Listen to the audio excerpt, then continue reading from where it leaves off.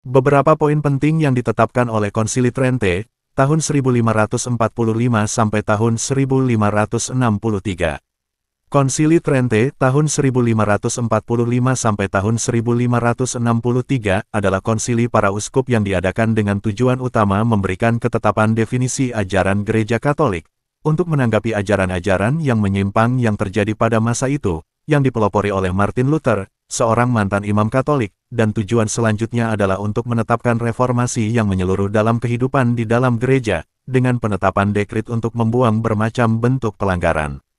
Selain meneguhkan kembali kanon kitab suci yang terdiri dari 73 kitab, yaitu 46 kitab Perjanjian Lama dan 27 kitab Perjanjian Baru sebagaimana telah ditetapkan sejak tahun 382, Gereja Katolik menetapkan definisi ajaran-ajaran pokok yang penting lainnya, antara lain 1.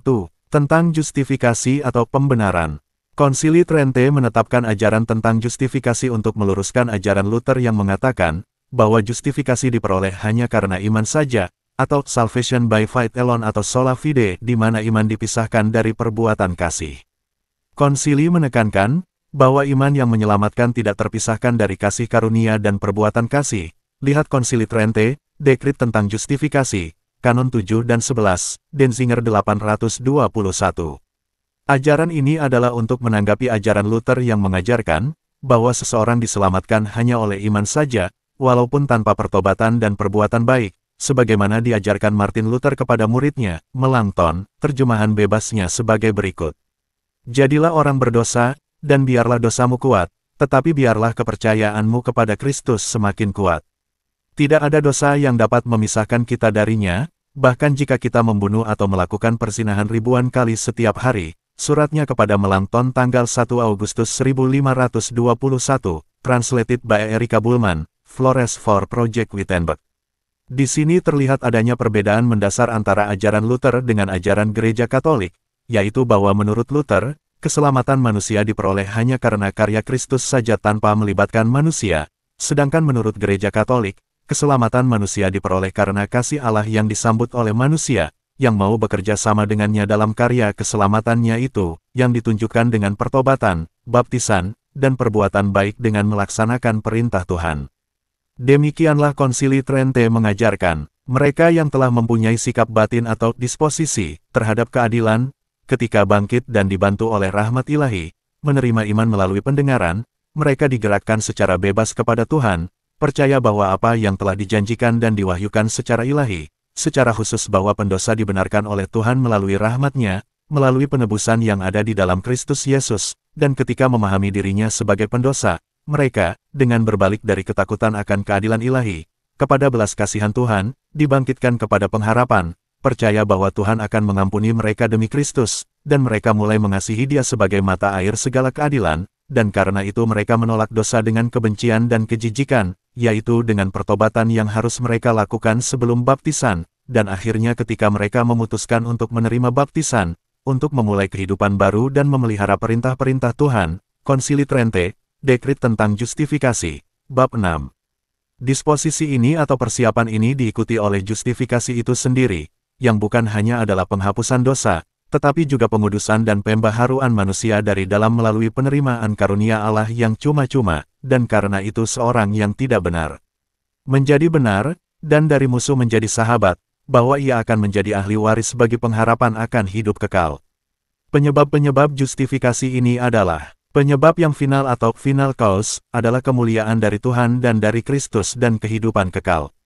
Penyebab yang menghasilkannya atau efficient cause, adalah Tuhan yang berbelas kasih yang membasuh dan menguduskan dengan Roh Kudus. Penyebab yang berjasa atau meritorious cause adalah, Tuhan Yesus Kristus, yang memperoleh bagi kita justifikasi dengan sengsara yang kudus di kayu salib. Penyebab yang menjadi sarananya atau instrumen cause, adalah sakramen baptis, yang adalah sakramen iman. Penyebab resmi atau formal cause, yang satu-satunya adalah keadilan Allah, yang dengannya Ia membuat kita benar, bahwa yang dengannya kita dikaruniai olehnya, diperbaharui di dalam jiwa dan pikiran dan tidak hanya disebut benar, namun kita sungguh benar, dengan menerima keadilan di dalam kita, setiap orang sesuai dengan ukurannya, yang dibagikan oleh Roh Kudus kepada setiap orang seturut kehendaknya, dan menurut sikap batin dan kerja samanya.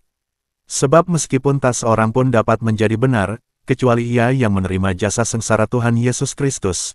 Namun ini terjadi di dalam pembenaran orang berdosa itu, ketika oleh jasa sengsara yang kudus itu, kasih Tuhan dicurahkan oleh Roh Kudus di dalam hati mereka yang dibenarkan dan tinggal di dalamnya. Ketika melalui Yesus Kristus, orang itu menerima bersamaan dengan penghapusan dosa. Semua ini, iman, pengharapan, dan kasih, yang ditanamkan pada saat yang sama. Sebab iman, kalau tidak disertai dengan pengharapan dan cinta kasih yang ditambahkan kepadanya, tidak dapat mempersatukan seseorang secara sempurna dengan Kristus, ataupun membuatnya sebagai anggota yang hidup dari tubuhnya. Untuk alasan ini adalah sungguh benar dikatakan, bahwa iman tanpa perbuatan adalah mati, dan tidak ada gunanya, dan di dalam Kristus tidak ada sunat ataupun tidak bersunat, namun, iman yang bekerja oleh kasih. Iman ini, sesuai dengan tradisi apostolik, yang diminta oleh para katekumen kepada gereja sebelum sakramen baptis, ketika mereka memohon, iman yang mengaruniakan kehidupan kekal, yang tanpa pengharapan dan kasih, iman tak dapat berdaya guna. Konsili Trente, Dekrit tentang Justifikasi, Bab 7. 2. Tentang iman yang membawa kepada keselamatan. Dari Dekrit tentang Justifikasi, lihat Bab 7. Konsili Trente mengajarkan, bahwa iman yang menyelamatkan, adalah iman yang bekerja dalam kesatuan dalam pengharapan dan kasih. Iman ini bukan hasil kerja perbuatan manusia, tetapi karena kasih karunia ilahi melalui Yesus Kristus. Kanon 1. Barang siapa berkata bahwa manusia dapat dibenarkan di hadapan Tuhan oleh perbuatannya sendiri, entah dilakukannya dengan kekuatan kodratinya atau melalui ajaran hukum-hukum, Taurat tanpa karunia rahmat ilahi melalui Yesus Kristus, biarlah ia menjadi anatema. Konsili Trente, Dekrit tentang Justifikasi, Kanon 1. Selanjutnya, Konsili Trente juga menyampaikan ajaran untuk meluruskan ajaran Luther yang mengatakan, bahwa agar seseorang diselamatkan ia harus mempunyai keyakinan yang mutlak akan pembenaran dirinya di dalam Kristus. Menurut Luther, pembenaran diri seseorang harus menjadi artikel iman, di mana ia tak boleh ragu. Inilah disebut Luther sebagai fiducial faith, seseorang harus yakin bahwa ia selamat, baru ia dapat selamat. Sehingga menurut pandangannya, iman yang dimaksud di sini, adalah iman diri sendiri akan keselamatan, bukannya iman akan ajaran-ajaran yang dinyatakan dengan tidak mungkin salah oleh gereja, yaitu iman yang sesuai dengan tradisi apostolik. Oleh karena itu bagi Gereja Katolik, justifikasi atau pembenaran ini, diberikan atas dasar iman yang sifatnya objektif dan bukan subjektif, dan justifikasi ini adalah karunia ilahi yang diterima dalam pengharapan, sebab tak seorang pun dapat dengan yakin mengetahui, bahwa dirinya tak akan jatuh dalam dosa, ataupun tak akan gagal dalam mempertahankan rahmat baptisannya sampai akhir hidupnya, dan bukan sesuatu yang dapat diklaim sendiri sebagai sesuatu yang pasti absolut diberikan kepadanya, hanya karena diri sendiri yakin akan menerimanya, bahkan jika ia tidak bertobat dan tidak teguh berbuat kasih. Konsili Trente mengajarkan, Kanon 12, barang siapa berkata bahwa iman yang membenarkan, adalah tiada lain selain dari keyakinan dalam kerahiman ilahi yang menghapus dosa-dosa demi Kristus, atau bahwa keyakinan ini saja yang membuat kita dibenarkan, biarlah ia menjadi anatema. Konsili Trente, Dekrit tentang Justifikasi, Kanon 12. Kanon 14, barang siapa berkata bahwa manusia diampuni dosanya dan dibenarkan, karena ia percaya dengan yakin bahwa ia diampuni dan dibenarkan, atau bahwa tak seorang pun dapat dibenarkan kecuali ia yang percaya bahwa dirinya sendiri dibenarkan, dan bahwa hanya dengan iman sedemikian, pengampunan dan pembenaran diperoleh, biarlah ia menjadi anatema. Konsili Trente, Dekrit tentang Justifikasi, Kanon 14. Kanon 16, barang siapa berkata bahwa ia akan dapat, pasti dengan kepastian yang absolut dan tidak mungkin salah, memiliki karunia keteguhan iman atau the gift of perseverance, sampai kesudahannya, kecuali ia mengetahui hal ini melalui wahyu yang khusus, biarlah ia menjadi anatema. Konsili Trente, Dekrit tentang Justifikasi, Kanon 16. 3. Tentang kehendak bebas pada manusia. Konsili Trente mengajarkan, walaupun pembenaran diberikan kepada manusia karena rahmat kasih karunia Allah, namun rahmat ini tidak meniadakan kehendak bebas manusia.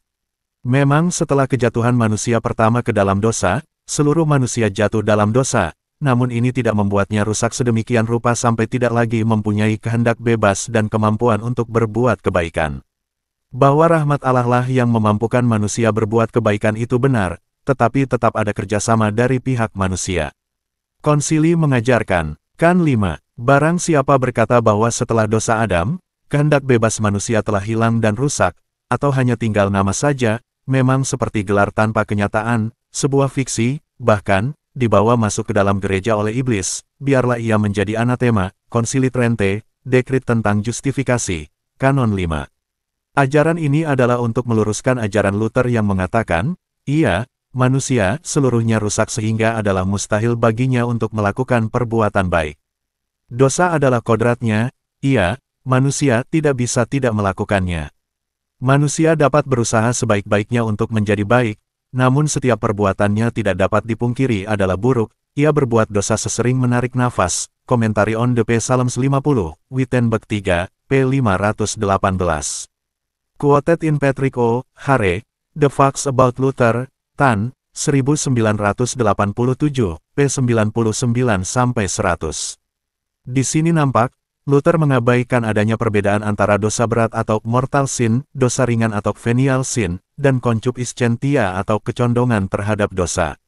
Pengabaian batasan antara ketiganya ini, membuat Luther sampai pada kesimpulan ini, yang tidak sesuai dengan ajaran Gereja Katolik.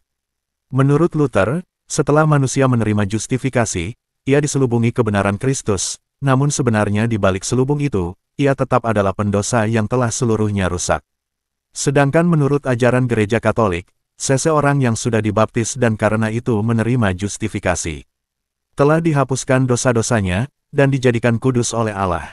Namun demikian karena pengaruh dosa Adam, manusia tetap mempunyai concupiscentia atau kecondongan terhadap dosa, walaupun concupiscentia ini sendiri bukan dosa. Concupiscentia tetap ada pada orang-orang yang sudah dibaptis, agar melalui perjuangannya untuk mengalahkan kecondongan ini, mereka dapat membuktikan kasihnya kepada Tuhan, dan membuat imannya menjadi hidup dan menyelamatkan. 4. Tentang double predestination. Dengan prinsip adanya peran kehendak bebas manusia dalam proses pembenaran manusia, Gereja Katolik tidak mengajarkan ajaran tentang double predestination, yaitu bahwa Allah sejak awal mula, secara aktif sudah mentakdirkan sebagian umat manusia ke surga, dan sebagian lagi ke neraka. Ajaran yang mengabaikan atau menolak adanya kehendak bebas manusia, akhirnya dapat sampai pada kesimpulan yang salah, bahwa pada akhirnya, dosa dan perbuatan jahat asalnya juga dari Allah. Betapa ini merupakan ajaran yang keliru. Konsili Trente mengajarkan, Kanon 6, barang siapa mengatakan bahwa adalah bukan kuasa manusia sendiri untuk berbuat jahat, melainkan bahwa Allah yang telah mengakibatkan perbuatan jahat seperti halnya perbuatan baik, tidak hanya dalam hal mengizinkannya, tetapi juga mendatangkannya dari dirinya sendiri, sehingga pengkhianatan Yudas tidak lain adalah karya perbuatannya seperti pada panggilan kepada Rasul Paulus, biarlah ia menjadi anatema. Konsili Trente, Dekrit tentang Justifikasi, Kanon 6. Kanon 17. Barang siapa mengatakan bahwa rahmat pembenaran dibagikan hanya kepada mereka yang ditakdirkan untuk hidup, tetapi bahwa orang-orang lainnya dipanggil dan memang dipanggil untuk menerima bukan rahmat, seperti seolah mereka oleh kuasa ilahi ditakdirkan untuk menjadi jahat, biarlah ia menjadi anatema. Konsili Trente, Dekrit tentang Justifikasi, Kanon 17. 5. Tentang transubstansiasi. Konsili Trente juga meneguhkan ajaran tentang kehadiran Kristus yang nyata dalam rupa roti dan anggur dalam Ekaristi atau transubstantiation, yaitu bahwa di dalam konsekrasi, keseluruhan substansi roti dan anggur diubah menjadi tubuh dan darah Kristus. Ajaran ini adalah untuk meluruskan ajaran Luther yang mengatakan, bahwa di dalam tubuh dan darah Kristus, hadir Tuhan Yesus bersama-sama dengan substansi roti dan anggur, atau dikenal dengan istilah consubstantiation. Konsili juga meluruskan paham yang mengatakan, bahwa Tuhan Yesus hadir di dalam sakramen hanya sebagai simbol, atau hanya hadir akibat keyakinan pribadi, atau bahwa Yesus dikurbankan secara berkali-kali. Konsili Trente mengajarkan, Kanon 2, menyatakan bahwa consubstantiation sebagai doktrin yang keliru. Barang siapa berkata bahwa substansi roti dan anggur tetap ada di dalam sakramen Ekaristi yang kudus, bersamaan dengan tubuh dan darah Yesus, dan menolak perubahan yang ajaib dan tunggal menjadi keseluruhan substansi roti menjadi tubuh Kristus dan keseluruhan anggur menjadi darah Yesus, dan rupa luar dari roti dan anggur saja yang tertinggal, seperti yang disebut oleh Gereja Katolik sebagai transubstansiasi, biarlah dia menjadi anatema. Konsili Trente, Sesi 13, Kanon 2. Kanon 4, menentang bahwa kehadiran Yesus disebabkan oleh keyakinan pribadi. Barang siapa berkata bahwa setelah konsekrasi tubuh dan darah Tuhan Yesus tidak hadir di dalam sakramen Ekaristi, tetapi hanya hadir di dalam efek sakramen pada saat itu diterima, dan tidak sebelumnya atau sesudahnya, dan bahwa tubuh Yesus yang nyata tidak tetap tinggal dalam hosti yang telah dikonsekrasikan, atau di dalam partikel-partikelnya yang disimpan atau ditinggalkan setelah komuni, biarlah ia menjadi anatema. Konsili Trente, Sesi 13, Kanon 4. Kanon 1. Barang siapa menolak bahwa di dalam sakramen Ekaristi Kudus terkandung sungguh-sungguh, benar-benar, dan secara substansial, tubuh dan darah, bersama dengan jiwa dan kealahan Tuhan Yesus Kristus dan karena itu keseluruhan Kristus, tetapi mengatakan bahwa ia ada di dalamnya hanya dalam simbol, atau gambaran atau kekuatan, biarlah ia menjadi anatema. Konsili Trente, Sesi 13, Kanon 1. Kanon 2. Kurbannya adalah satu dan sama, pribadi yang sama mempersembahkannya dengan pelayanan para imamnya, ia yang mempersembahkan dirinya disalib, hanya saja cara mempersembahkannya saja yang berbeda. Maka kurban misa adalah sama dengan kurban salib Yesus di Golgota, sebab kurban itu menyangkut pribadi yang sama, yang dikurbankan oleh imam agung yang sama, yaitu Yesus Kristus, melalui pelayanan sakramental dari para imamnya yang ditabiskan dan bertindak dalam nama Kristus atau in persona Christi. Konsili Trente, Sesi 22, Kanon 2, DS 1743.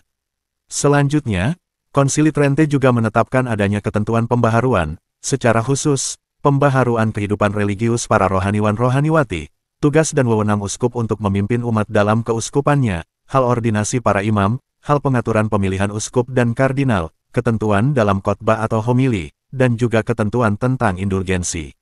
Khusus tentang indulgensi, konsili meneguhkan kembali ajaran tersebut, hanya saja mengingatkan para uskup, agar dapat menghilangkan apapun bentuk penyimpangan dalam hal pelaksanaannya.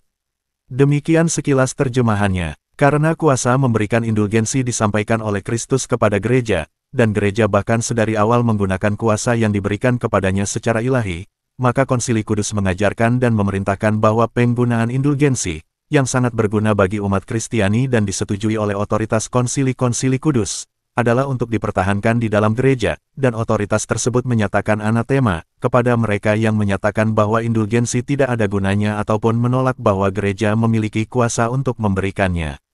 Bagaimanapun, dengan memberikan indulgensi, otoritas gereja menghendaki bahwa sesuai dengan kebiasaan kuno dan yang disetujui dalam gereja, kelayakan atau moderasi diterapkan, jika tidak, disiplin gerejawi dengan begitu besar telah diperlemah.